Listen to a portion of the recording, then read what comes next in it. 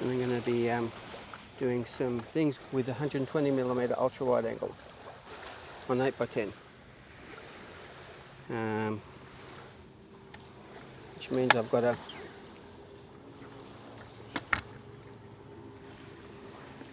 set the back of the camera tilted back,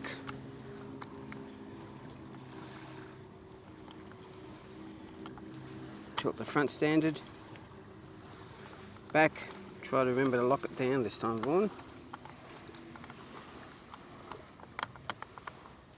There. That's locked. That's locked. That's locked. Beauty.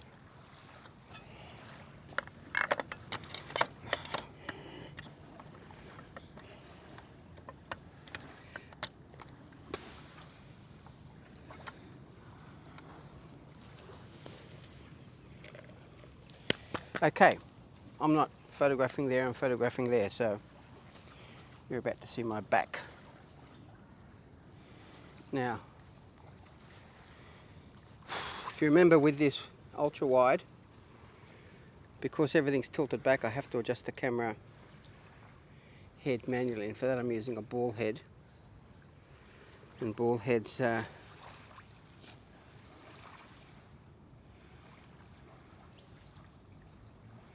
aren't the, sorry, I'm focusing. I'm not focusing, I'm concentrating. Ball heads aren't that convenient always.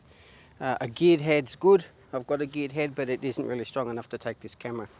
You need extremely expensive gear heads, like the Arca-Swiss Cube,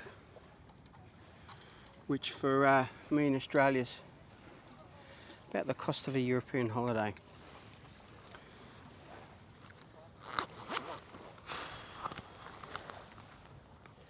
Okay, I can leave that. I need to get this. Okay, about now I'll show you the viewfinder preview that I just took.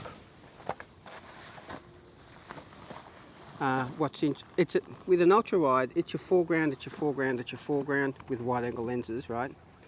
With ultra wide, it really is your foreground, and you've got a step closer again and another step again. So the challenge with ultra wides is getting close enough to your subject. Close enough to your subject. These trees lying on the ground are my foreground. Now I've got a shadow there. I've got to make sure that isn't in the picture.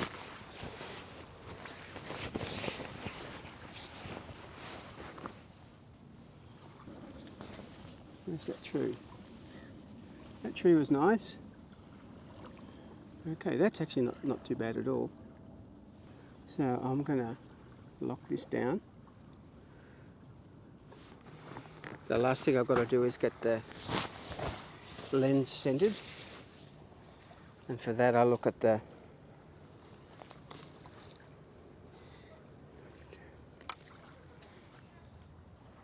aperture through the little hole. Okay, there's the aperture there. This is at f22. Notice that it's not a perfect circle, well, it isn't a full aperture, and it's chopped off. The lens vignetting.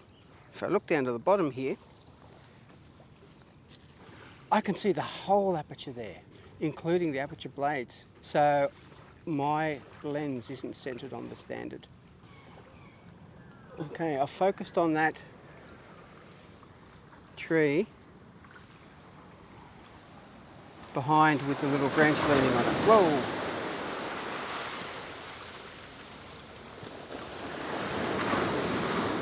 Ah.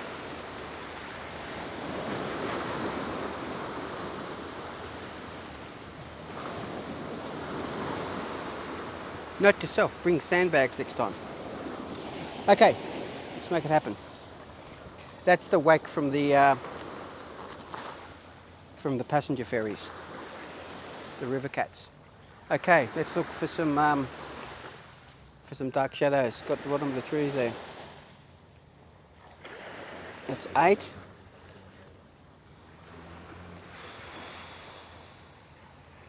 Well, it's 9, but a bit hard to tell.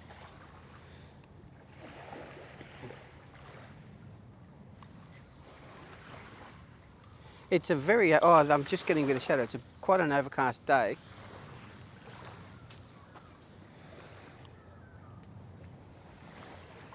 Okay, the deepest, darkest shadow of the bottom of that tree is just under 8. Everything else is well above 9.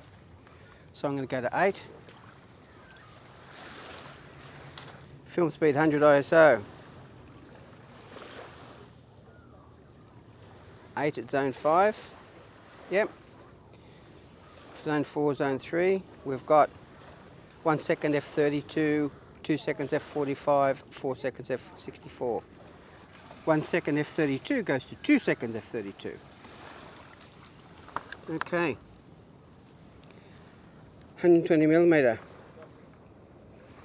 2 sec f32.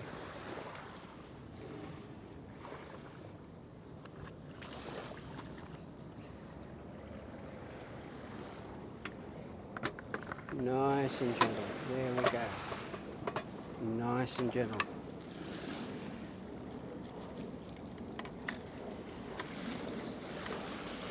Okay.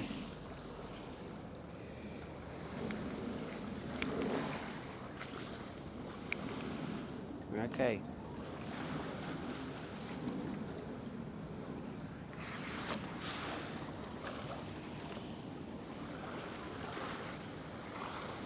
Naught, 1, 2.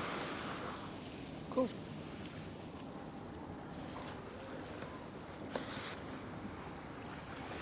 Skeeters. Okay.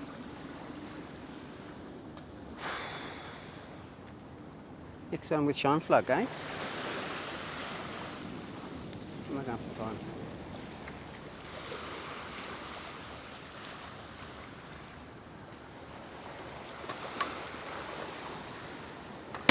Yeah, let's do some shine flood.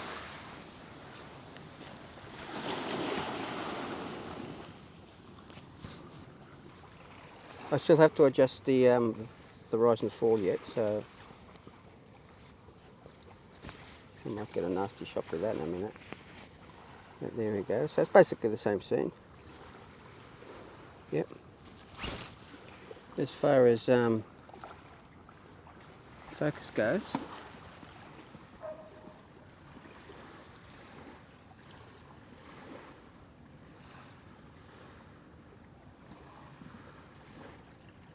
right, that's the very foreground.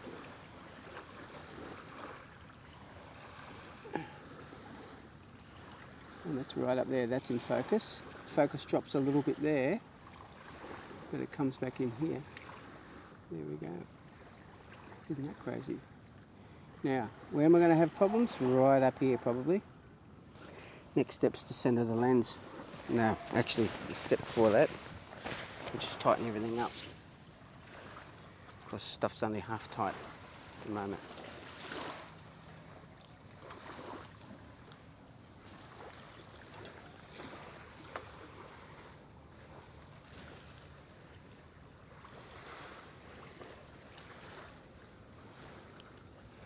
I'll get to drop the lens a little bit, I think.